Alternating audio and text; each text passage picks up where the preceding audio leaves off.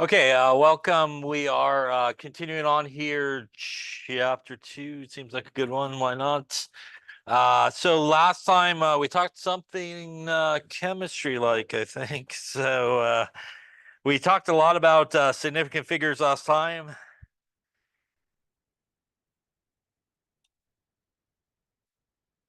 And we obviously talked about again how to identify significant figures and what sort of counts as a significant figure. So just again, a reminder rundown of that, which is all non-zero numbers are significant. When we have zeros, there's really, as we talked about, three types of zeros that we come across. We have the leading zeros, and those are not significant.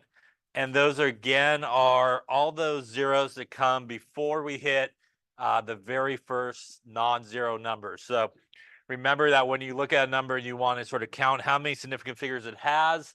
You want to always go left to right, and you don't really want to start counting until you hit that very first non-zero. So obviously these leading zeros would come before that, like something like this. All these zeros do not count because that one right there, for example, would be our very first non-zero number that we count. We also have trap zeros, captive zeros, whatever it may be. And those sort of trap zeros, those are significant.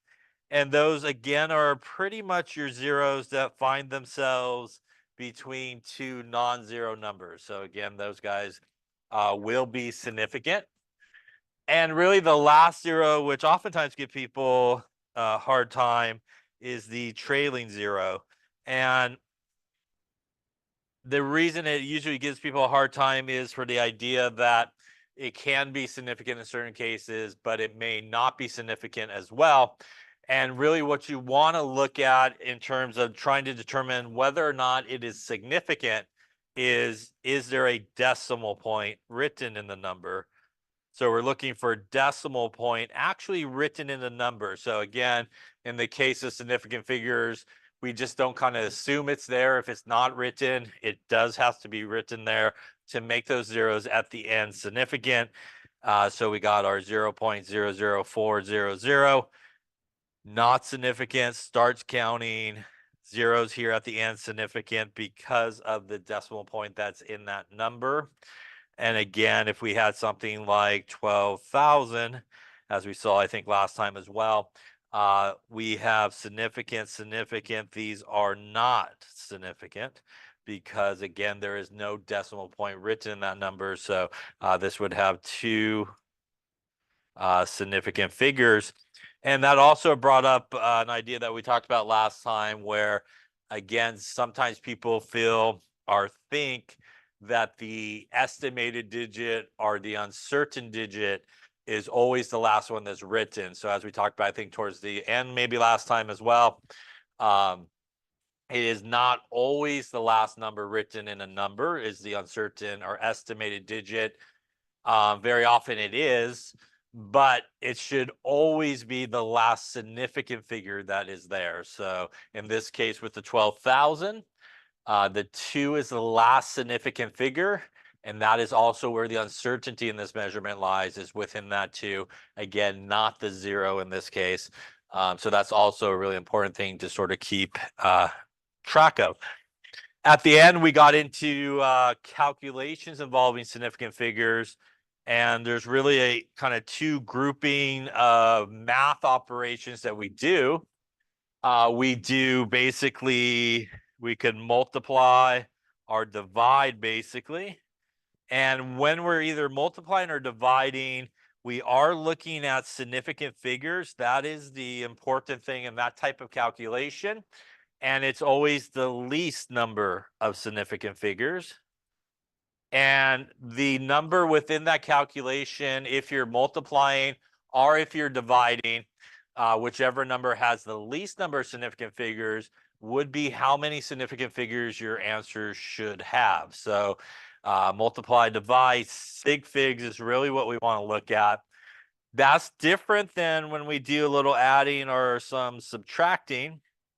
And when we add or subtract, we're actually looking at decimal places. And decimal places is actually the important thing to look at. And it's also the least in that case as well. So as we talked about last time, really your calculation that you do is only as good as your worst sort of measurement, if you will. And so when we're adding and subtracting, our worst one would be the one with the least number of decimal places. And when we're kind of multiplying or dividing, it's kind of the one with the least number of significant figures. And that's going to determine how well or good your calculation can be, is really based on that sort of last one. Remember as well that if you add and subtract, you want to go to decimal places, but that will also give you a certain number of significant figures in that number, right? So you may go to one decimal place, but you may actually end up with a number that has 3 significant figures. And then where that will be important is if you continue on, for example, with that number, you would want to then perhaps switch over to significant figures if you're going to like multiply that number by some other number as well. So if you're doing multiple steps in calculations, you want to make sure that you are doing all the operations kind of in the order. So what really determines where you will end up is the last calculation really that you do. But again, as we talked about, in order to sort of assess that correctly at the end, you also have to look at all the calculations you did up until that point, so you know really what you're looking at. So the other important thing when we're doing calculations is we want to really avoid rounding, right? Kind of till the end. We want to keep some extra digits along the way, especially if we're going to take the number and continue to use it in other calculations. We want to either keep the whole number in your calculator if you're going to kind of continue on with the calculator, or if you're going to write the number down, take a couple of extra digits more than where you should stop, and that will help avoid any type of rounding errors. Again, you do not want to round a little bit here, and then take that number, do a calculation, round a little bit here, and then keep on rounding. Again, you'll kind of move yourself probably far away from maybe the right answer and get some type of rounding error in that case.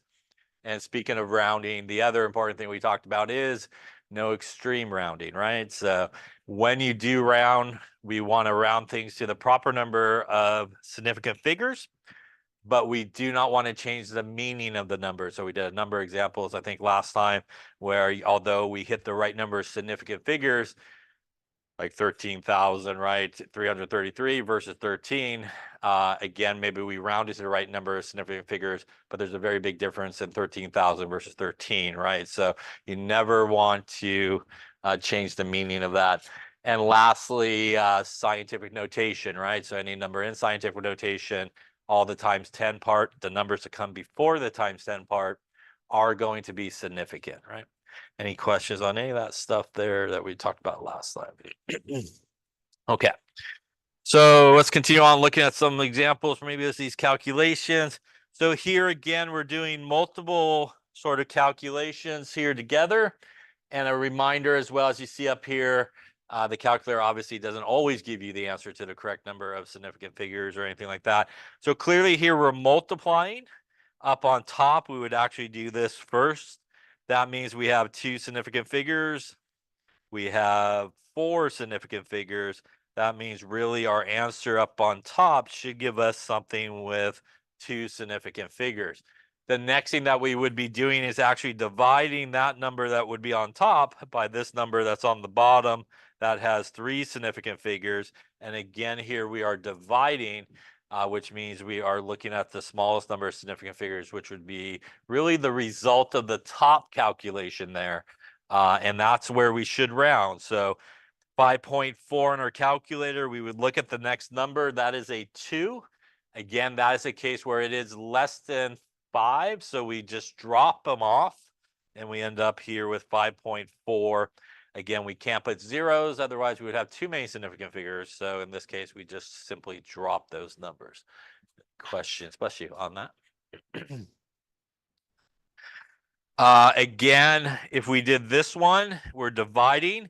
We have 3 significant figures up on top, 3 on the bottom.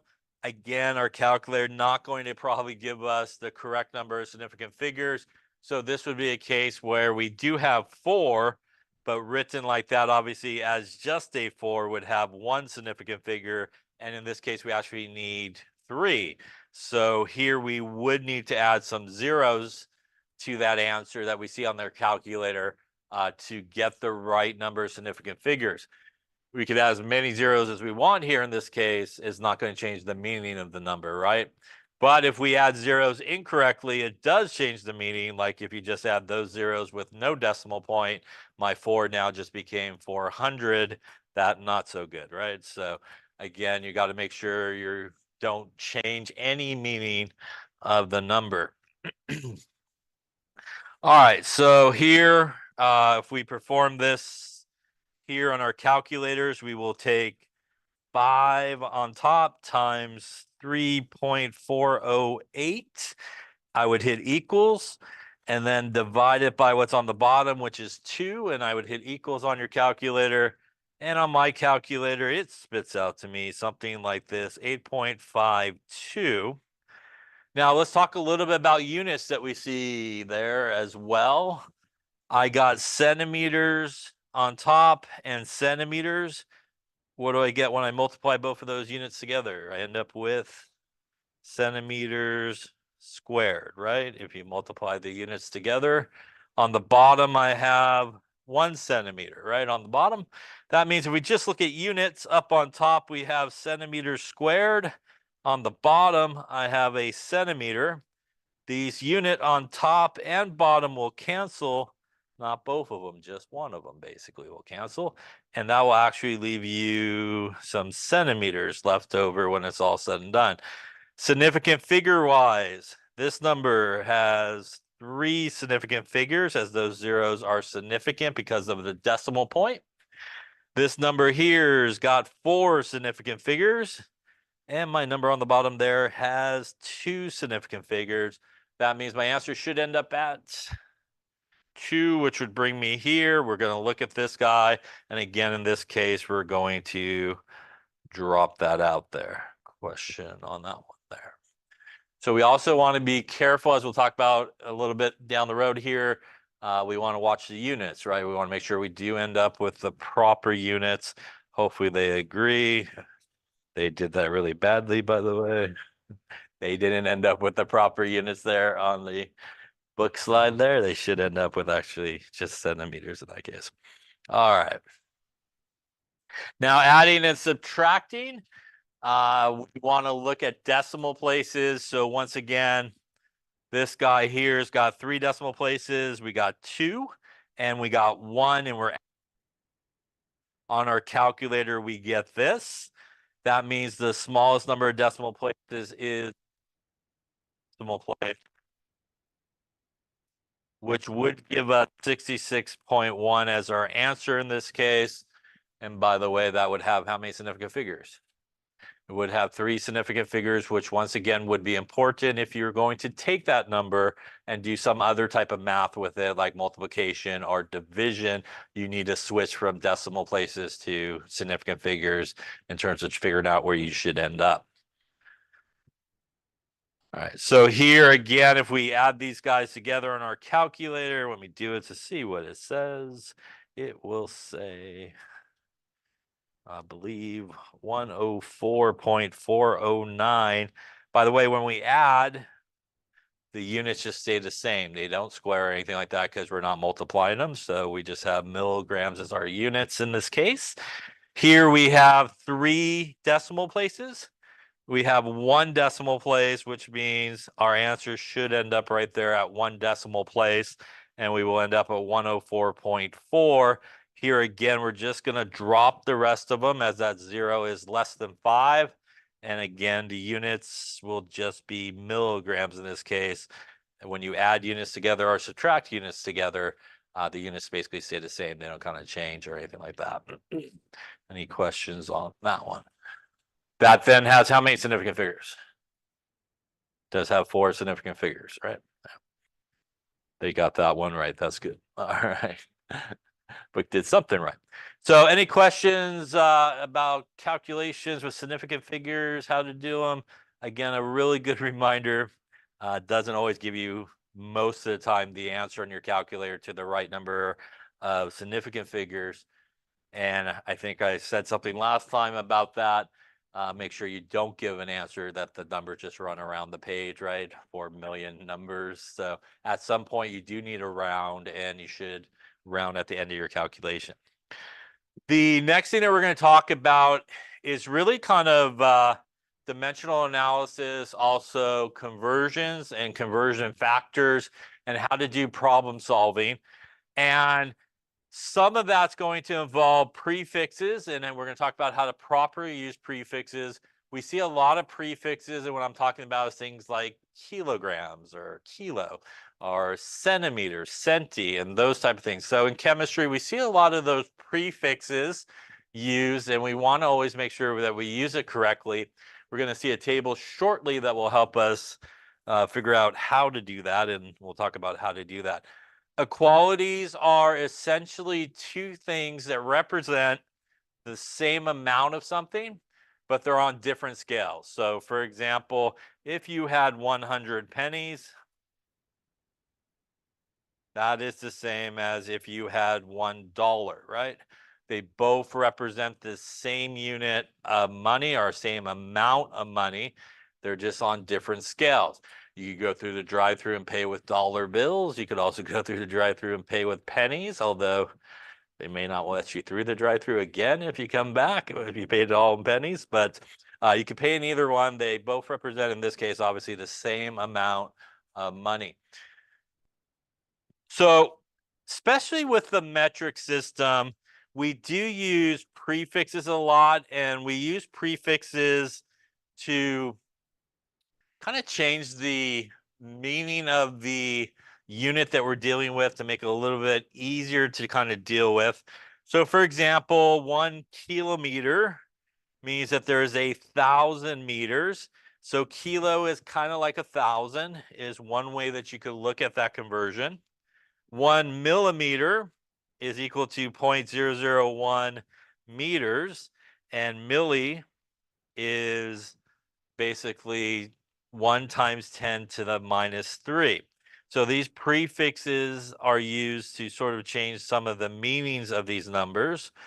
Now, does it matter what the unit is? So when we talk about sort of prefixes and using them with units, there's kind of two terms that sometimes can be helpful. There's sort of the prefix unit and what I like to call the base unit. And the prefix unit is pretty much what it sounds like. It's the one that has like kilo in it, kilometers, kilograms, or centimeters, centigrams. It's whatever unit has the actual prefix associated with it. The base unit is the one that doesn't have any prefix associated with it. So for example, we look down there, we got 1 kilometer is 1,000 meters, right? This is the prefix unit.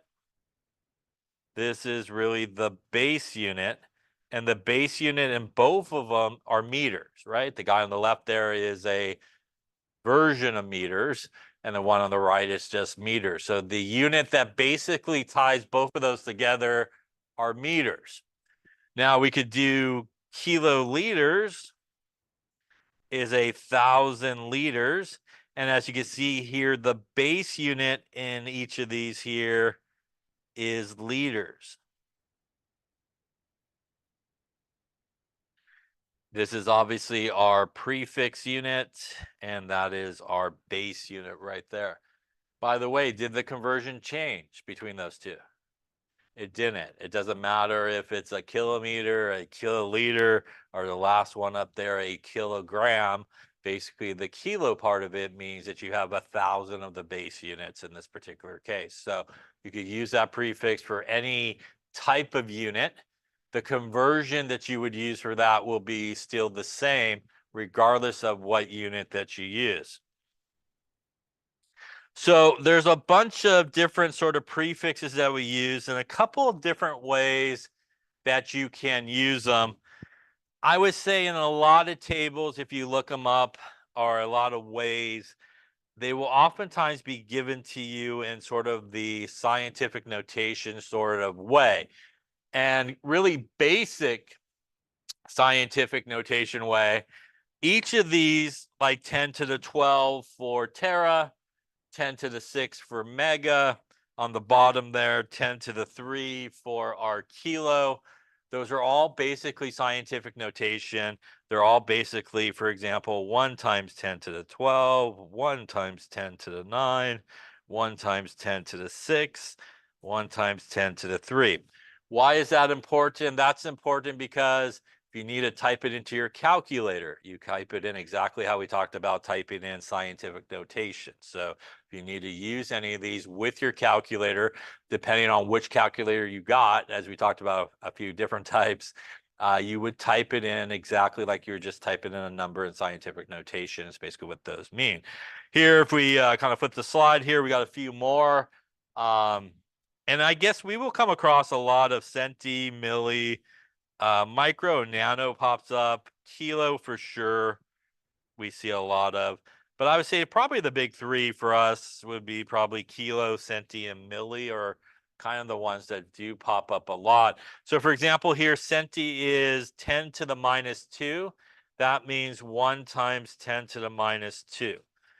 And again, same thing here, milli, 1 times 10 to the minus 3 is basically what 10 to the minus 3 represents. So again, if you needed to punch it into your calculator, you would just punch it in like scientific notation.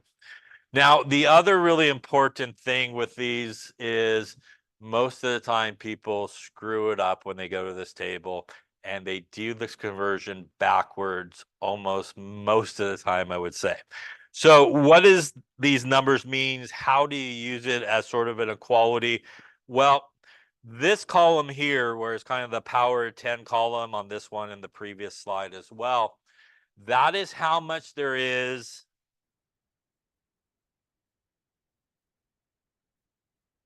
in the base unit to one of the prefix units. So what do I mean by that? Let's take my centi here, for example. I have centimeters and I have meters, right? And I want to figure out the equality or relationship between those two. First off, let's just keep it really simple here. The base unit in each of these guys, which is the base unit here? What unit's the same in both of them? Meters, right? So meters is our base unit here. The prefix unit here is the centimeters, right? So when we go look at it and we look at a table and it says centi is 10 to the minus 2. What that means is in one of the prefix units, which is this guy, there is 10 to the minus 2 meters. And I can't tell you how many people will go to this table and go, there are 10 to the minus 2 centimeters and 1 meter and do it backwards. It's very, very common error that people make. Does it matter, again, the base unit? It doesn't. If I were doing centiliters and liters, that would mean in one of the prefix units, which is centiliters, there would be 10 to the minus 2 liters here in our base unit. Now we could do that, for example, we'll look at nano, right? If I look over here, nano is 10 to the minus 9. So if I have, say, nanometers and meters, why don't you take a second, put the correct numbers on each. All right, so let's take a look. You got a 50-50 shot at this, so hopefully we did all right, hopefully. So again, when we see the 10 to the minus 9, that is how much there is in the base unit, which means my base unit here is meters, so 10 to the minus 9, and one of the prefix units. So again, that is the proper way to do that. Question on that there. Now, you can sometimes see these conversions in sort of non-scientific notation, if you will, maybe larger numbers, and that's perfectly fine. So for example, if we look at our centimeters and meters, there is 100 centimeters in 1 meter. And that is also a correct equality as well. How you get that, by the way, is you take your 1 centimeter equals 10 to the minus 2 meters, and you divide both sides by 1 times 10 to the minus 2. That goes away. This becomes 100 centimeters is 1 meter. That's how you get to that conversion, by the way. And again, that is the same one as well. So you could use that if you like as well. But again, it is very common that people will sometimes mess this up. So what can we do with these equalities? And we'll kind of talk a little ahead here, kind of combine a couple of things here. Let's say, for example, we did have our centimeter there, and our centi says, again, 10 to the minus 2. And what that again means, as we just talked about, is in one of the prefix units, that is how many of the base units that we have. So this again is an equality. They both represent the exact same, in this case, amount of length or distance, however you want to think about it. And what can we really do with equalities? We really use equalities to come up with conversion factors, and we use them to basically allow us to do problem solving. So from any equality that you come across, in this case, this sort of metric to metric equality, you could always write two conversion factors. And what are conversion factors? They are simply fractions. And you just basically write two fractions. So one fraction could be 1 centimeter over 10 to the minus 2 meters. Or the other fraction could be 10 to the minus 2 meters up on top, gives us 1 centimeter. These are the two conversion factors that you could get from this equality. Any questions on that there? Now, since we're talking about this, might as well tie it together with how we use this. We use this with what is known as dimensional analysis or problem solving. It is essentially the way in chemistry that we show our work, right? And the way that we show our work is what is known as dimensional analysis.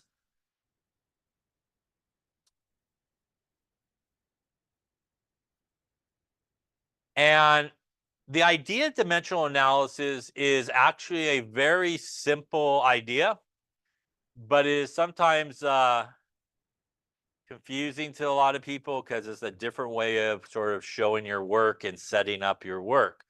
So the idea of it is this: we have a certain unit that we really don't want. We want to get rid of it. And we need a way to get rid of it. And it's actually the conversion factors that we use that allow us to get rid of the unit that we don't want. And we end up with the unit that we actually do want. So that is the idea here. So the idea of dimensional analysis is a simple one, and it is the idea that opposites cancel. And that's one of the three things when you're doing dimensional analysis that you should think about, which is I have a unit here. To get rid of that unit, I need to put it in the opposite location. So when we talk about locations, because we are dealing with fractions, like you see there with our conversion factors, we basically have two locations. We have a top location and a bottom location, right? Basically the numerator and denominator. I think that's what they call that math. It's been a while, but I think that's what they call that, top and bottom there. So we either have the unit we want to get rid of on top, which means to get rid of it, we need to put the same unit on the bottom, or we have the unit we want to get rid of on the bottom, and to get rid of it, we put it in the opposite location, which would be up on top. So always opposites cancel each other out. So for example, if we just went generically here, if I had an equality where unit A equals unit B, and I could write two conversion factors for that, where I put unit A over unit B, or unit B over unit A, right? And again, our conversion factors are really just our fractions, one unit up on top, the other on the bottom, and then flip it basically. So let's just say that I started with unit A and I wanted to get to unit B. So this is obviously a direct pathway to do that. I could go directly from unit A to unit B using my conversion factors here, right? And that's my equality. So the way you want to think about it and the way you want to show this is because dimensional analysis is all about location, location, location, right? Top and bottom. That is how you want to write down everything as you're showing your work. Now, if I just have one number by itself, right? It is technically not a fraction, right? There's no top, no bottom, technically speaking, but there really is. And although we never usually write it like this, that is technically over 1, right? And in the case of dimensional analysis, that's really important because I could clearly see at this point my unit A is on top or bottom here. It is on top. Now I know I want to get rid of my unit A. So I know the main rule is opposites cancel. That means all I have to think about is putting unit A on top or bottom to get rid of it. Bottom. So that means I go to my conversion factors and I simply look for which one where unit A is on the bottom, and you will only have one choice.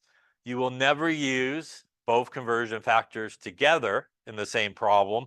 Otherwise, you undid your calculation. Yeah. So you should never use both conversion factors in the same calculation, or you're basically just undoing yourself. So we could show this. I like parentheses. Some people like straight lines. It doesn't really matter. But I'm going to do a little parentheses where, again, I'm going to show it top and bottom fraction. I'm going to put my conversion factor here, unit A on the bottom, unit B up on top. First off, any questions on that there? Okay. Now that we have it set up, let's talk about math-wise what we're actually doing here. So when you set something up like this, which is how you should show your work really in chemistry, we'll talk about why that's also very helpful in just a bit as well today. But when you have it set up like this, the math is super simple. You don't have to think about what you should be doing. All you have to remember is 2 things. Anything that is up on top gets multiplied. Yeah. You could have a whole bunch of numbers up on top. Every single one of them, you multiply. Math done for you. You don't have to worry about, should I multiply? Should I divide? Should I add, subtract? By the way, if you're doing dimensional analysis, you should never add or subtract. It should only be multiplying or dividing. And everything on top always gets multiplied.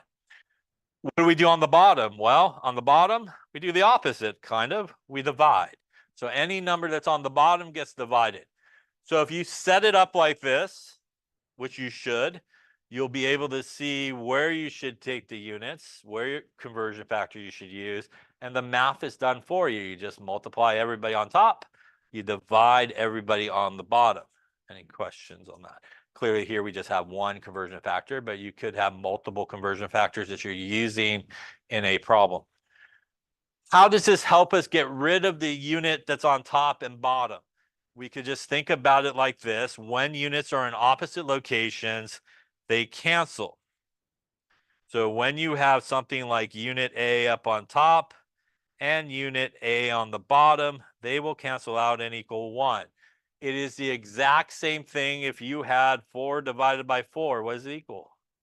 1. They cancel, right? Or if you had 2 divided by 2, it equals 1. They cancel each other out. So units work the same way. If you got the same unit on top and the same unit on the bottom, and you got the exact same ones, they're going to cancel each other out basically.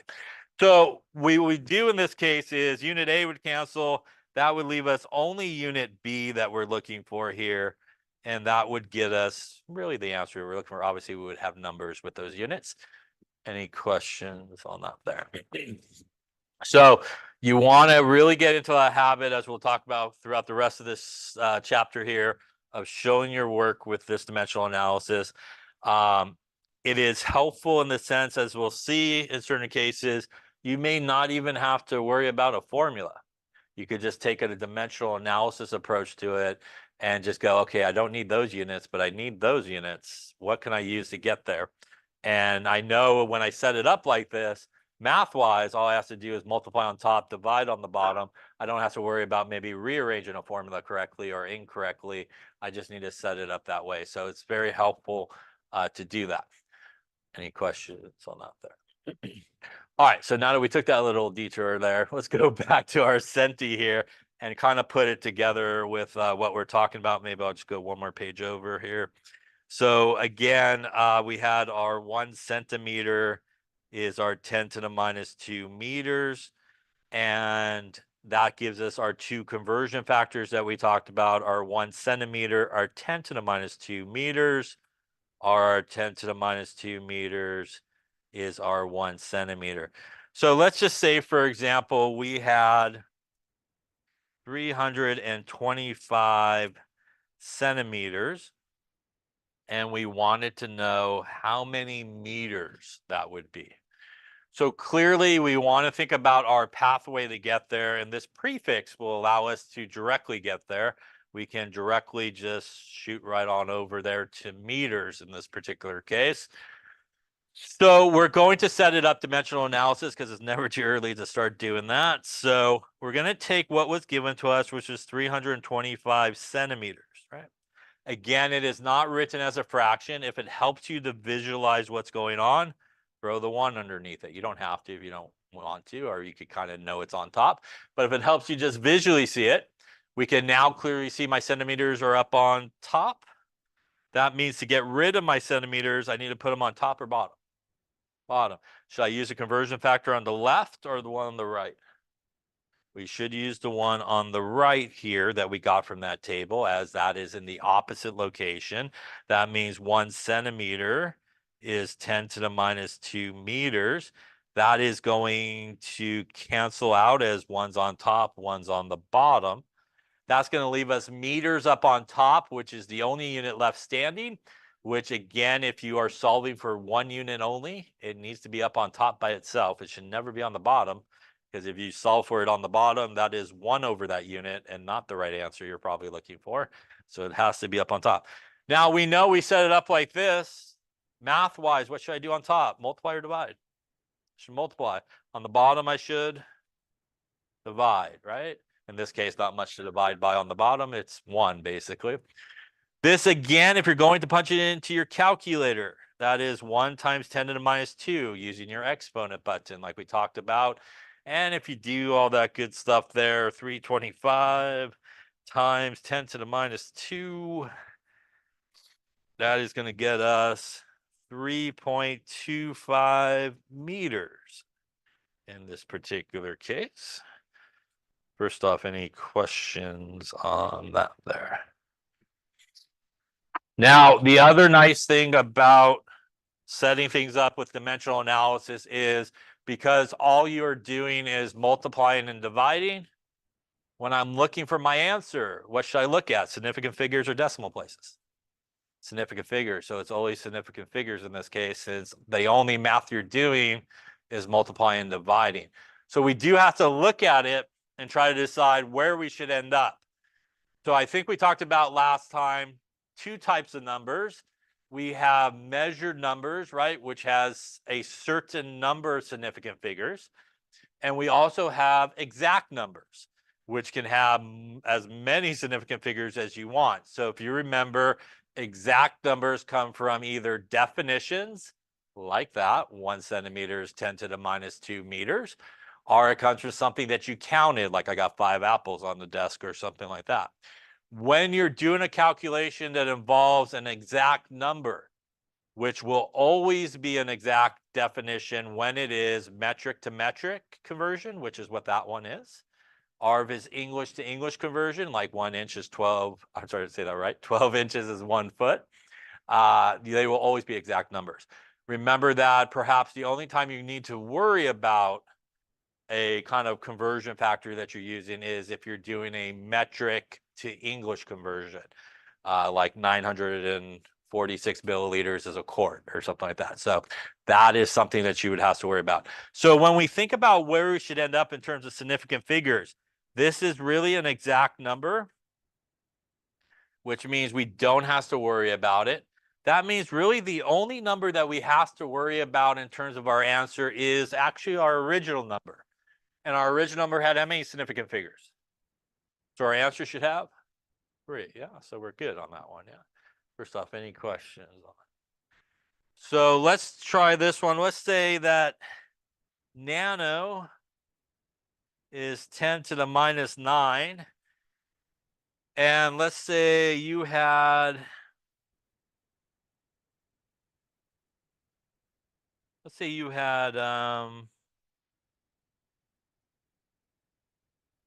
4.85 times 10 to the minus 7 meters, and you want to know how many nanometers that is.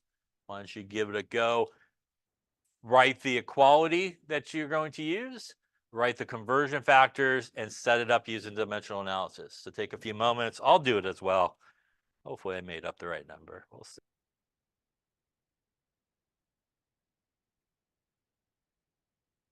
Okay, let's take a look. So once again, what we want to think about is if we were given this problem, we want to think here, we obviously have a prefix involved.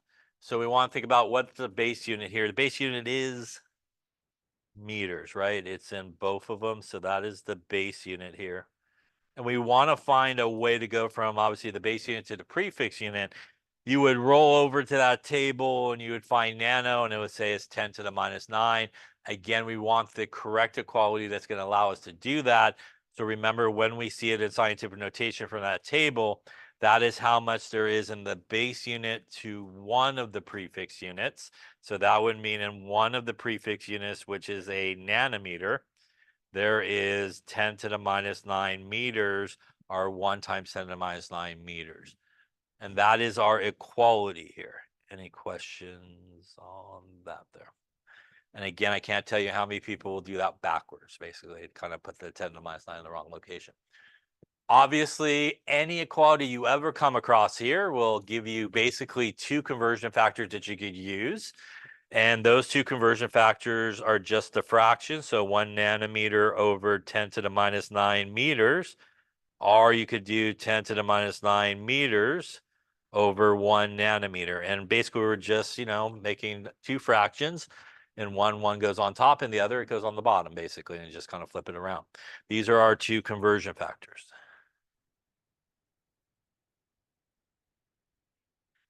Any questions on that there? All right, we're going to set it up here dimensional analysis way. So we're going to start with the number that was given to us, a little throwback scientific notation for good measure, right? So we got that going on. Again, here, if it helps you to do so, you don't necessarily have to, but if it helps you just to visually see it, just throw that thing over 1, basically. And now, again, we could clearly see that my meters are up on top, and that is the unit I want to get rid of. So again, opposite when we're doing dimensional analysis to get rid of it. Opposite in this case is the conversion factor here on the left, right? It has the meters on the bottom. So we'll go with, using our conversion factor, 10 to the minus 9 meters is 1 nanometer here. Once again, once we have it set up like this, we know that the meters on top and bottom will cancel since they're in opposite locations. We also know math-wise what we need to do. Up on top, we are multiplying or dividing. We're multiplying. On the bottom, we are dividing. Yeah, so it's always the same, never changes. Consistency, right? It makes it easier to remember. So it's always the same move here. Now, in this case, we could do that math. We don't really need to multiply the top one by 1 unless you like to. It shouldn't change the number. But we definitely want to make sure that we put our number here correctly in our calculator, right? Using our exponent button. So we would take 4.85, hit my exponent button, hit my negative button, and then 7. At that point, you can multiply it by 1 or not. We're going to divide it by what's on the bottom. Once again, on the bottom, that is essentially 1 times 10 to the minus 9. That's how you should put it into your calculator for most people. We're going to divide by 1 times 10 to the minus 9 and hit equals. And that is going to give us 485. The only unit left up on top are nanometers. And that would give us our answer in this case. Question on that there. Answer wise in significant figures, once again, we're multiplying and dividing, which means we should look at significant figures right here, which is my metric to metric conversion. Should I worry about it in terms of significant figures for my answer? No, it's an exact number, so we don't have to worry about it. That's exact. That means once again, we need to worry about this number. How many significant figures does that number have? It does have 3. It's written in scientific notation. Right there would be all 3 of them, yeah? That means my answer should have 3, and it does, yeah? So that is good as well. Question on that there. Yeah.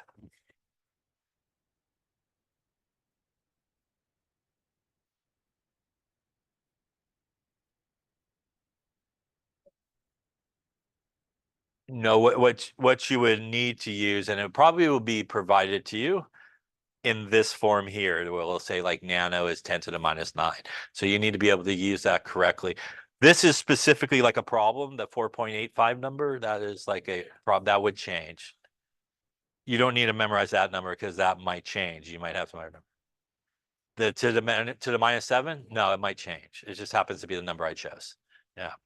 This will not change though. This right here, that conversion factor will not. And that's really what you need to memorize or know how to properly use and stuff like that. Other questions? Yeah. How to punch it in your calculator? Is that what you're asking? Yeah. So we're going to multiply what's on top there. So we basically have a number in scientific notation. So we want to go 4.85. Again, depending on your calculator, you do need to hit your exponent button. It is a negative exponent, so you also need to hit your change the sign negative button, and then you need to hit 7. And in this case, we really don't need to multiply it by 1 because it's not going to change the number. You then would hit the divide button to do what's on the bottom. And you would also probably put that in the same way. You would hit 1, your exponent button, your negative button, and 9, and then hit equals. Yeah. You should be in good shape, hopefully. Yeah, no problem. Other questions? And again, obviously, as we talked about when we were talking about scientific notation and calculators, if you have the one with the will kind of two-tone, you do need to put parentheses around, obviously, those numbers like we talked about if you have that type of calculator.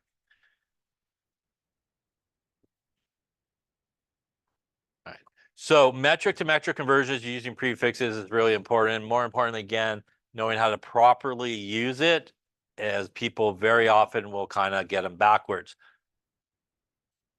Now, another mistake that sometimes people will make when they're dealing with sort of prefix to prefix conversion, and what I mean by that is you're given a number that's in a prefix, and you also want to get an answer that's another prefix. And sometimes people will try to figure out, if I just kind of move the decimal place so many places to the right or to the left, it'll take me directly.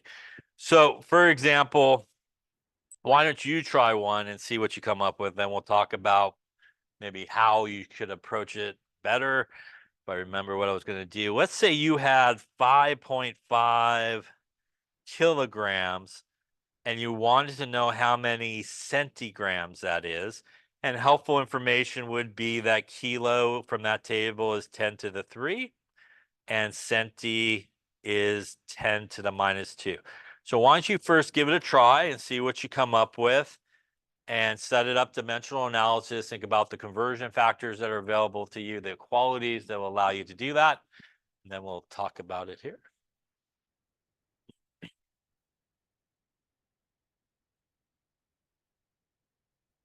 Okay, so let's take a look, see how you're doing. So my recommendation would be this, since on an exam or a quiz, you don't have the ability to Google the direct conversion, and you probably don't know the direct conversion. But one thing that you would probably have available to you is that chart, and you have kind of the prefixing available to you. So instead of trying to figure out how to directly go from kilograms to centigrams, where you probably will make a mistake if you try to do that direct conversion, you should think about what ties those two things together, those two prefix units together. What ties those together is the base unit, right? So the base unit in this case is grams, right? Kilograms, centigrams, grams is the base unit that basically ties those together. So the logical way to get from one prefix to the next is to take it from kilograms to grams, because I could find that kilo conversion quite easily on that table. And then once you have it in grams, it's now just a simple conversion from grams to centigrams, which I could also find in that sort of table. So again, I would not try to jump it in one step because you probably will get it wrong. And this way you could always find, that pathway there. So that base unit, when you're dealing with two prefix units, is really what ties those two together. So to do that, we do need some equalities that are appropriate here. So clearly we're going from kilograms to grams. So I know when I look at this here, the 10 to the 3, that means in 1 kilogram, I got 10 to the 3 grams, which is my base unit. That's my equality there. And from that equality, that's going to give me two available conversion factors that I could actually use in this calculation. I could use it as 1 kilogram up on top and 10 to the 3 grams on the bottom. Or I could flip it around, 10 to the 3 grams up on top, 1 kilogram on the bottom. And these are my two available conversion factors. Once again, you're not going to use them both. You're just going to use whichever one is going to get you there. While we're at it here, we're going to go for them from grams to centigrams in the second step. So once again, when I look at that table and I see centi is 10 to the minus 2, that tells me equality-wise in 1 centigram, that is 10 to the minus 2 grams. Again, that's going to be my equality. That's going to also yield me two possible conversion factors that I could use, which is 1 centigram up on top, 10 to the minus 2 grams on the bottom, or just flip it around, 10 to the minus 2 grams up on top, 1 centigram on the bottom being my conversion factors here. First off, any questions so far, how I got everything? No. All right, now that I got everything I need, I just kind of has to do the problem, I suppose. So let us do the problem here, which is we're going to start with what was given to us, which in this case is 5.5 kilograms. And I know I do not want the kilograms anymore. So once again, if it helps you, just put the 1 underneath it to start. And now again, I could clearly see my kilograms are up on top. I need to get rid of them. Dimensional analysis tells me opposite does that. So should I use the conversion factor up here on the left or on the right? Which one should I use? I should use the one on the right, as that puts kilograms in the opposite location, which is on the bottom. So we're going to do our little setup here showing that 1 kilogram on the bottom, 10 to the 3 grams up on top. If I stop this calculation right at this point, what units am I in? I am in grams because the kilograms on top will divide out the kilograms on the bottom, and I have grams. The benefit of doing that is I don't have to think about it too much because I could clearly see grams are where now? On top, which means if I want to get rid of them, I need to put them on. Yeah, so which conversion factor should I use on the bottom there? Left or right? I should use the one on the left. Yeah, that has the grams in the opposite location. And I could just continue on. You could get an answer if you wanted to at that point, or you could just continue on with the calculation since you need to do it anyways. So to do that, we're still just going to do opposite. Grams are on top. I need them on the bottom. 10 to the minus 2 grams on the bottom. 1 centigram on top. Grams on top. Grams on the bottom. Cancel each other out. Yeah. I am now left with only 1 unit left, which is up on top, and that is centigrams. And that's good because that's what I'm looking for, right? Now, because we are professionals at this, right? I already know math-wise what I should do. What should I do up on top? Everything should get multiplied, right? So everything up on top gets multiplied. On the bottom, everything should get divided. Yep. And again, we want to make sure that we put our numbers in properly in scientific notation. So let's do that. So we're going to go up on top, 5.5. We're going to multiply it by basically 1 times 10 to the 3. So we'll multiply that by 1 times 10 to the 3. And by the way, the next one is 1. You don't really need to multiply it by 1. If you like to, you can, but you don't have to. What you should always do when you're doing something like this is once you get to the top, you can multiply as many numbers as you like. At the end of that calculation up on top, make sure you hit the equal sign. And then you should come and divide by the very first one here, which happens to be a 1, which you really don't need to. But make sure you hit the equal sign after you divide it by 1. And then you should divide it by the next number, which is 1 times 10 to the minus 2. And make sure you hit the equal sign. So we'll divide it by 1 times 10 to the minus 2. That is going to give me on my calculator here 550,000 centigrams. That's a big number. Does it make sense? It does, because centi is a smaller value, right, than kilo, right? Kilo is a larger value. Centi is a smaller. So you have a lot more of the smaller guys to make up the big guy, right? So that does make sense. Let's talk significant figures. That is metric to metric. Do I need to worry about it? I do not. That's an exact number. That's also metric to metric, which means I do not need to worry about it. That would be the only one I need to worry about, which means my answer should have how many significant figures? 2. Does my answer have 2 significant figures? It does, actually, the way I wrote it. You could also do scientific notation if you wanted to. You could have went 1, 2, 3, 4, 5, 5.5 times 10 to the 5 centigrams. Why did I drop the zeros there when I wrote in scientific notation? Right. If I left the zeros in scientific notation and wrote it, I would then have like however many significant figures that is, 6 or so, and that would be too many. Questions on that there? Okay, we're going to continue on here. Any questions so far? So we kind of jumped ahead a little bit and kind of put things together, and we'll take a look at some more examples here. But again, I would highly recommend you get familiar with how to properly use those prefixes. Like I said, kilo, centi, milli, we do come across a lot here in chemistry, and trying to use it correctly is really important. Also, getting in a habit of setting up your work like this with dimensional analysis, which is technically how you show your work. Hopefully you can start seeing some of the benefits here of doing it this way. Because frankly, it takes a lot of the thinking out of it in some cases, right? You just got to remember opposites, multiply the top, divide the bottom. It really does sort of simplify a lot of things. And as we get going, you'll see, like I said before, there are certain cases where maybe, if you can't remember a formula or something like that, you could just think of it unit-wise, dimensional analysis-wise, and you could almost probably figure out, how to solve for something just by, again, getting rid of units you don't want and kind of keeping the units that you do. Any questions on that there? All right. So let us continue on here. So let's take a look at a few of these here. We kind of covered some of these as we went through it. But 1,000 meters is equal to 1 kilometer, right? That is basically the conversion. And again, that is essentially what 1 kilometer is 10 to the 3 meters.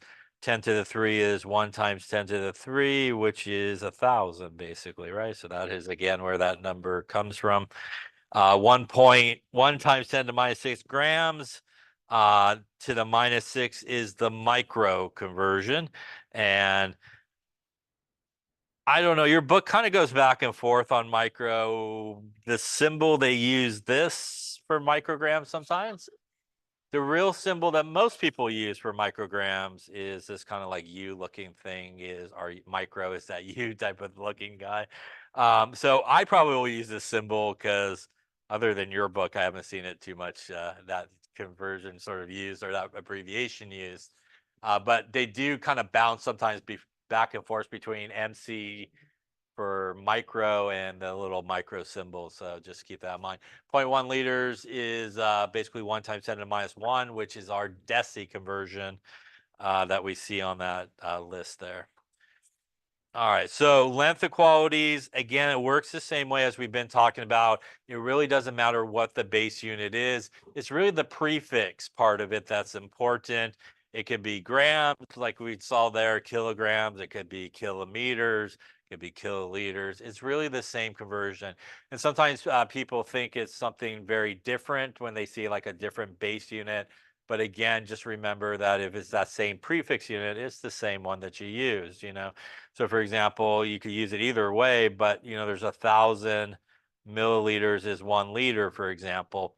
And then when somebody's asked, you know, how many millimeters would there be in a meter, they're not really sure, but it's the same conversion. There's 1,000 millimeters in 1 meter and so forth. So again, doesn't matter the base unit, the prefix basically is what it is. And you could apply it to any sort of base unit that you want, and it works the same way. Now, volume, deciliters, liters, again, I would say, as we might have talked about last time, we definitely should know that conversion there. That is one that does pop up all the time. So that's the best one to probably remember in terms of volume. There's 1,000 milliliters in 1 liter. The reason that does pop up a lot is, for example, in the lab, you usually will measure your volume in milliliters, but a lot of times when you do some type of calculation in chemistry, the volume oftentimes has to be in liters. So kind of going back and forth from liters to milliliters is a conversion that you use a lot. And once again, it doesn't matter if you use the kind of power to 10 or scientific notation version of it, or if you just use kind of regular numbers. This is still an equality, and you could still get two conversion factors from it. 1 liter over 1,000 milliliters, or 1,000 milliliters over 1 liter. So again, it doesn't matter if you use the scientific notation version of it, you use sort of the whole number version of it. If it's an equality, you could lay up two conversion factors. You know, we talked about 12 inches is 1 foot. You could write 12 inches over 1 foot, or 1 foot over 12 inches. Those are, again, the two conversion factors that you could get from that equality. And again, it doesn't really matter what the equality is. You could always get two conversion factors that you could use in a dimensional analysis sort of calculation. We also talked about other volume relationship equalities that are important. 1 cubic centimeter is equal to 1 milliliter. It is a 1-to-1 conversion between that. Although most people don't show this part of the calculation, but basically you still could get two conversion factors. 1 cubic centimeter over 1 milliliter, or 1 milliliter is 1 cubic centimeter. So it does not really matter what the equality is. You can get a conversion factor, really two conversion factors available to you to use. We also talked about it in medicine, right? They use cc a lot of times for cubic centimeters, which is a milliliter. Again, usually if you look at a needle or something like that, if you're going to give somebody some medicine, it is oftentimes in cc's as to how much you give them.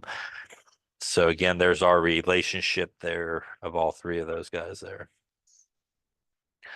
Now, mass equalities, as we've been talking about, we've kind of touched upon some of these. Again, if you like kind of remembering the bigger numbers rather than sort of the scientific notation, you know, it's all good if you want to do that.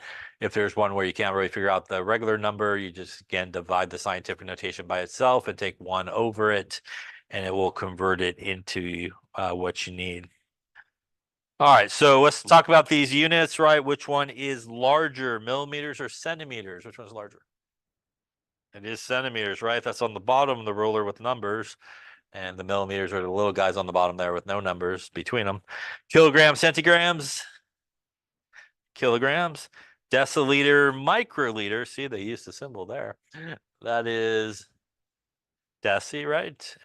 And micrograms and milligrams. Even I had to take a moment to think, oh, that kind of looks the same as well. So that is, again, milligrams there, are micrograms and milligrams. So milligrams would be the correct one there in terms of which one's larger. So again, it's important to understand, you know, sort of which one is larger, which one is smaller as you're moving through the prefixes, going one way or the other. So a couple of these other ones that we sort of touched upon, 1,000 meters, again, is a kilometer, right? So that should be our kilometer. Again, if you're not sure what this is, you can kind of throw in scientific notation. That's like 10 to the minus 2. That looks like a centi type of conversion, perhaps.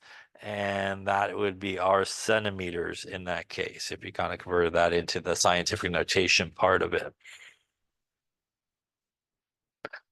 1 kilogram is 1,000 grams. And I'm not sure on your hand if there was still a typo on this one. There was. It should be this guy there. Should be the correct conversion between it. I think it had number 2, which was the same thing as what the original number was. So it's not a 1-to-1 conversion, but it should be that guy there. All right. We've kind of touched upon this earlier here, so we're now going to officially talk about, again, conversion factors and how to write them and use them. Hopefully you're starting to get the hang of it. As we talked about, we could have equalities, and there really is sort of 3 types of equalities that we come across, and they're really based on the different units that we have. So we have obviously our metric to metric conversion, and again, that is going to be, as we've been talking about, considered an exact number. We also have our English to English conversion and our equality, and that also would be considered an exact number. And then we obviously have our kind of metric to English conversions, our equalities, and that is the one and really the only sort of conversion that if you use it in a problem, you really should look at the significant figures and include them or think about them as you're thinking about your answer. So typically speaking, if you do come across a metric to English sort of conversion, there oftentimes will be one part of that equality or conversion that is a 1. And that is the number you shouldn't look at. You should look at the other one that looks more like a real number other than 1. And in this case, if we had to count significant figures, this guy would have 3 significant figures here. So this guy would have 3 significant figures based off of that number. So 9 times out of 10, if you're doing some dimensional analysis, you're doing some conversions, you're using some conversion factors, you could almost go autopilot and go, that's a conversion factor, I don't need to worry about it. And I'm just going to look at that first number. And a lot of times, I won't say 100% of the time, but 98% of the time, that original number that you started with, if all you're doing is converting it to some other unit, a lot of times that is the correct significant figures that your answer should have. It is not always that, especially if you come across a metric to English conversion that you're using. You do have to take that into account. But most of the time, any conversion factor, you could almost not worry too much about it. But this is the one place where you do have to kind of worry about it if you're kind of crossing over from metric to English. There are a couple of those, as we will see, which you don't have to worry about that are considered exact ones, even if they are metric to English, but most of them you do have to worry about it. We see it on food labels, right? We see, you know, kind of like the English or US units, and in parentheses, right, we see grams, right? If you watch a baking show or something like that from people from England and stuff like that, they measure things out with a scale and how many grams they put in there, right? Rather than cups and all that kind of stuff like we do here. So we see it on food labels. We see it like we talked about, that kind of English and metric differences. So here again, this are going to be exact conversions, each of these. Again, we have metric to metric. We got English to English. We obviously have exact time there. So none of those, if we use them in a conversion factor, are an actual problem. Would we have to consider in terms of our answer? We would just sort of ignore it in terms of the answer and significant figures. These are all equalities here. And they all would yield you, as we've been doing, for example, 2 conversion factors that you could use, which again is just our 2 fractions and stuff like that. Here, these are all English to English. And here we are now crossing over. So when we cross over here to English to metric, we do have to take into account, like I said, the significant figures. I will say a lot of times, even if you need to take into account, for example, these guys in terms of their significant figures, still a lot of times, not again 100% of times, you're still going to kind of default to that first number. It kind of is usually the smallest. Once again, in each of these cases, we would look at the number that's actually a number here to determine significant figures. So each of these guys would basically have 3 significant figures as we look here. The one sort of metric to English conversion that is considered an exact number is the one that we see here, and that is 1 inch is 2.54 centimeters. And sometimes people write exactly next to it to emphasize that that is an exact conversion. So if you're using that conversion in a calculation, the 1 inch is 2.54 centimeters. You don't have to worry about it. You could consider it an exact conversion. But pretty much all other metric to English conversions, which are all these are metric to English, you do have to look at the significant figures when you're doing a calculation. And as we just talked about, when we use dimensional analysis, we're just multiplying and dividing. So that's all significant figures is what you want to look at in terms of your answer as to where you should end up. So conversion factors, as we've talked about and did some examples, again, it's a fraction, numerator and denominator. And you really just want to keep it simple like we were doing in those examples. Top, bottom, opposites cancel, right? So that is really the important part of it. Here, 1 hour is 60 minutes, gives us 2 conversion factors, 60 minutes over 1 hour, or you could use 1 hour over 60 minutes. Again, you won't use both of them in an actual problem. Now, there's also sometimes conversion factors that are given to you in the problem, for example, and they're not really exact conversions. And when you have some type of conversion factor sort of given to you in the problem, you do need to typically look at the significant figures for those. For example, if you were told you're driving 55 miles per hour, right? That basically means that you could go 55 miles in 1 hour, or in 1 hour, you could go 55 miles. These are the 2 conversion factors that you could get.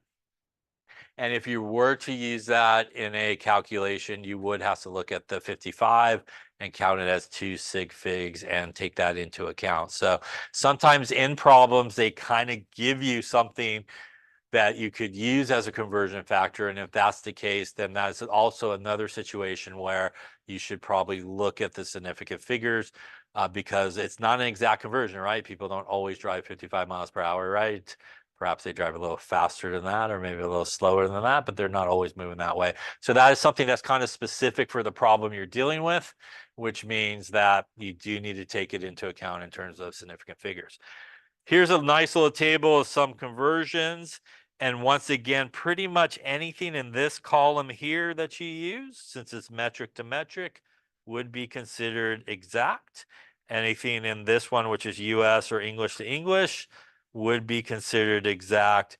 Anything in this column, you need to look at, except for obviously our 1 inch is 2.54 centimeters. Everybody else you do need to look at and take those significant figures into account. I would say most of these would probably be provided for you, but you need to be able to use them correctly, I guess is the way to say that. Some things may not be provided for you. So again, some things hopefully you know, right? So again, how many seconds in a minute? Right, and minutes in an hour, and hours in a day. 24. There you go. So that might not be provided for you. So, make sure you know at least something like that, I hope. So any of these guys, once again, we could pull any of these guys out. We could take 3 feet equals 1 yard. And that would mean that we would have 2 conversion factors, right? We could write 3 feet over 1 yard. Our 1 yard is 3 feet, right? So, for example, if we wanted to know, somebody ran the kickoff back 98.5 yards, right? And we wanted to know how many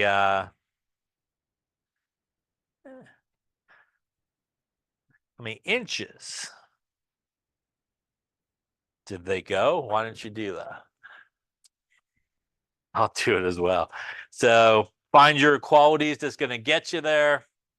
Find your conversion factor, set it up with dimensional analysis, and see what you get.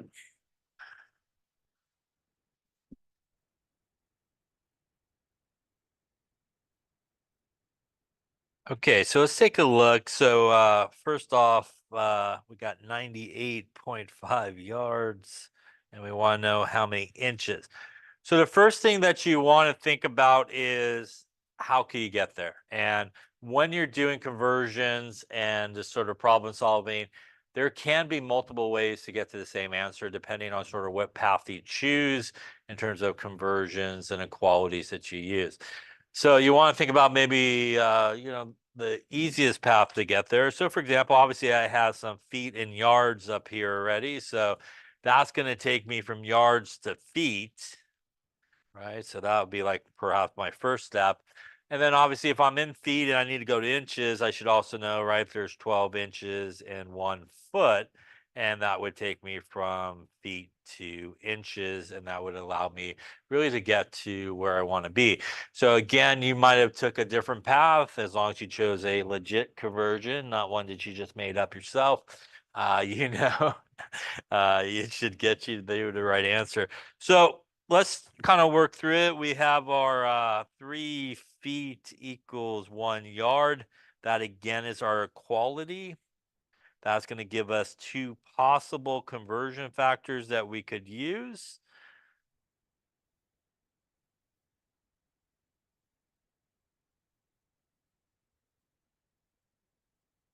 And then we have our 12 inches equals 1 foot.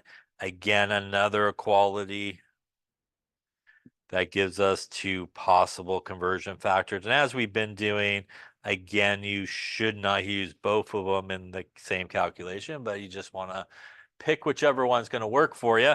So we'll start with our first number there, which is 98.5 yards. Once again, we want to do a little dimensional analysis. So to help us out, maybe we put it over 1.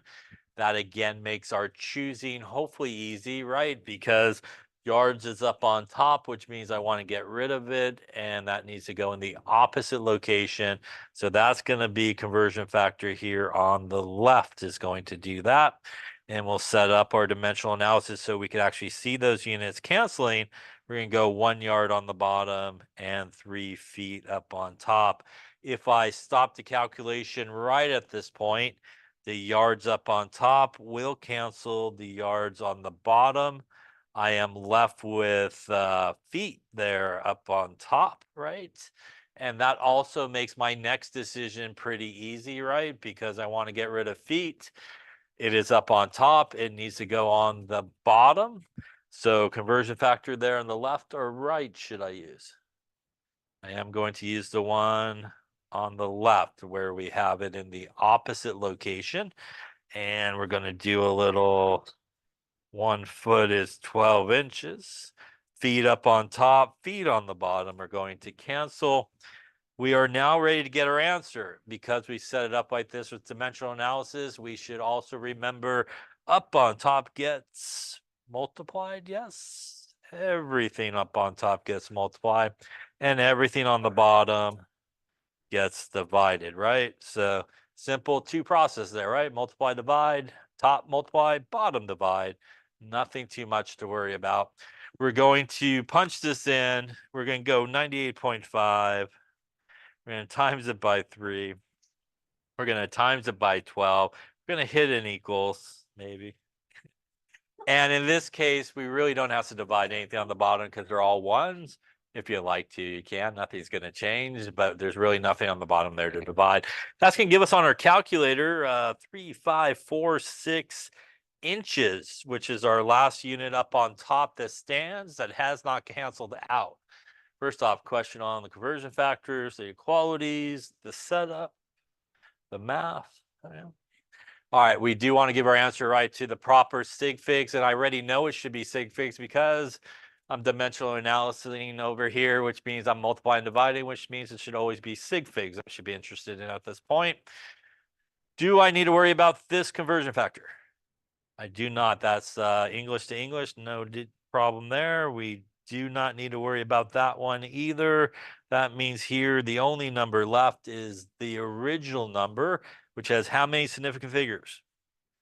That means my answer should have my third significant figure in my answer is which number?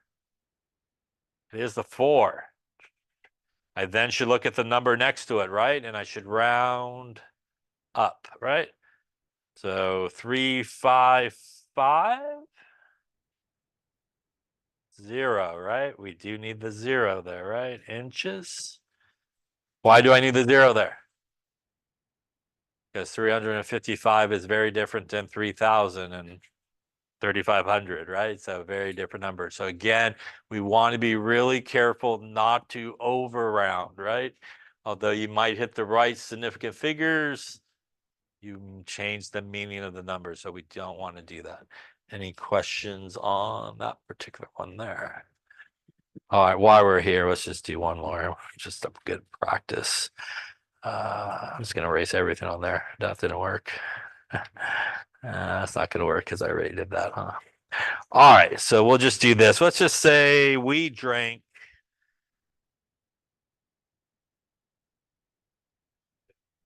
Let's say we drank, I don't know, how about 6 cups of coffee?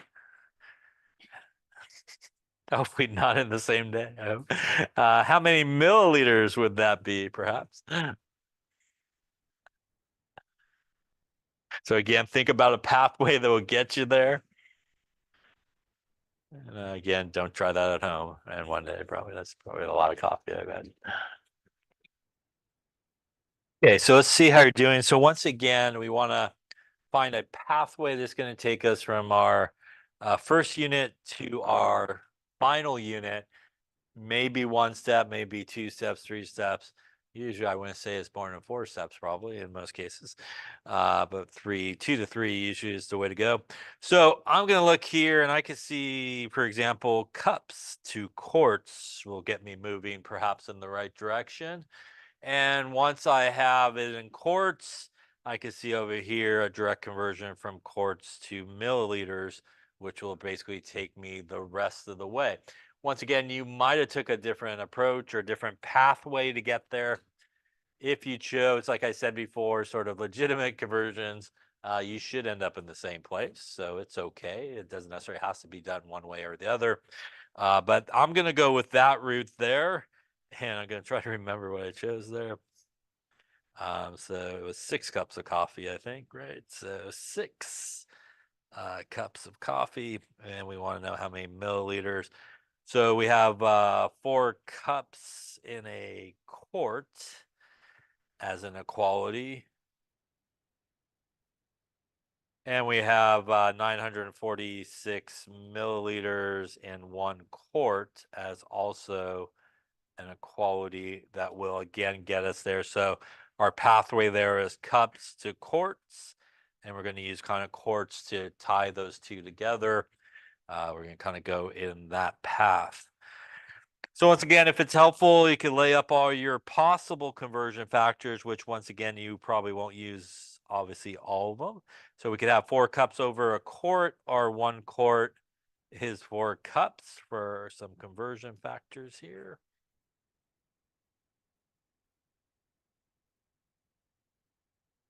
We also could have for our second one there 946 milliliters over 1 quart, or again 1 quart over 946 milliliters. So once again here we have our conversion factors. We have a pathway to get us to where we're trying to end up. So all that's left is actually do the calculation here. So let us do that. We're going to start with our 6 cups. Once again, going to take our dimensional analysis approach. Going to pop that over 1. Again, making it pretty easy to determine. I should use in terms of these conversion factors here, the one on the left or the one on the right, which one's going to work? We want the one on the right, opposite. Cups are up on top. Cups need to go on the bottom. So again, we're going to set it up so we could see that. That is the 4 cups equals 1 quart. Once again, if we stop right now, we will end up with quarts as our units. You can absolutely, if you wanted to, for example, if you're doing multiple conversions in a row, you could get an answer at this point. I would obviously recommend not rounding if you do that, because you definitely will start moving yourself sort of off. So you probably don't want to round. If you do want to get an answer, you don't have to get an answer, because the nice thing about setting it up like this, once again, we could see quarts here are up on top, which means opposite to cancel. That's going to move us to our conversion factor here on the left to do that. And we will put that in there. And we got 1 quart on the bottom, 946 milliliters up on top. Quarts on top, quarts on the bottom will cancel at this point. We know we are done because we're looking for 1 unit. And our 1 unit's up there on top by itself. So we're good. We're at the end of the road here. First off, any questions so far on the setup, the conversion factors, any of those things there? All right, so we are again professionals here, so we clearly know what we should be doing, and we're going to multiply whatever we got going on up on top, and we're going to come back and divide by what we got on the bottom. Once again, here, you don't necessarily have to do the ones if you don't want to. Maybe you shouldn't, so you don't mess anything up. But we're going to take basically 6 times 946. And that's basically everything that we need to multiply up on top. Again, you do want to hit the equal sign on your calculator, trust me. We then want to come to what's on the bottom there and divide. And it's really only the 4 that we got there. So we're going to hit our divide and by 4 and hit the equals. And that's going to give us 1,419 milliliters of coffee that was drank. Now we want to think about significant figures, right? So do I need to worry about this conversion factor? The answer is yes. That is a metric to English conversion, which means I do need to worry about it. Which number should I look at, the 946 or the 1? Yeah, 946, which has how many significant figures? 3. So again, metric to English here, we do need to look at. Just write the classic look next to that, right? So we want to look at that. How about the quarts to cups? Do we need to worry about that? We don't. That's exact, so we're good on that. How about the original number? Do we need to look at that one? We do. That has how many significant figures? That means since all we did here is multiply and divide, my answer should have how many significant figures? Should have 2, which means my answer should end up at 1,400 milliliters. Yes. Once again, 14 is be great, but you probably drank more than that. Yeah. So 14 is a very big difference in 1,400. So again, we do not want to over round here and change the meaning of it. You also, once again, if you wanted to, could do a little scientific notation if you like, 1, 2, 3. And once again, if you did write in scientific notation, you do need to write it like that, because that will give you 2 significant figures. Question on conversions, equalities, dimensional analysis, which is really what we're doing. Yes. What? Say again. Why is which one not an exact number? I'm sorry. No, this conversion factor here is not considered an exact number, because it's a conversion factor that goes from metric to English, the 2 different unit scales. This one in the middle is considered an exact number because it's basically English to English, and you don't have to worry about it. And this one is the original number, which we do. So this was the answer we got on our calculator. And because of that, we had to look at this conversion factor and the significant figures here with the original number. And because we're multiplying and dividing, we follow the rules for multiplying and dividing, which is we need the least number of significant figures. And that would take us to 1400, which should be the correct number of significant figures. Or if you want to write in scientific notation, you could write it like that, which would give us 2 significant figures. Other questions on that? All right, well, that feels like a good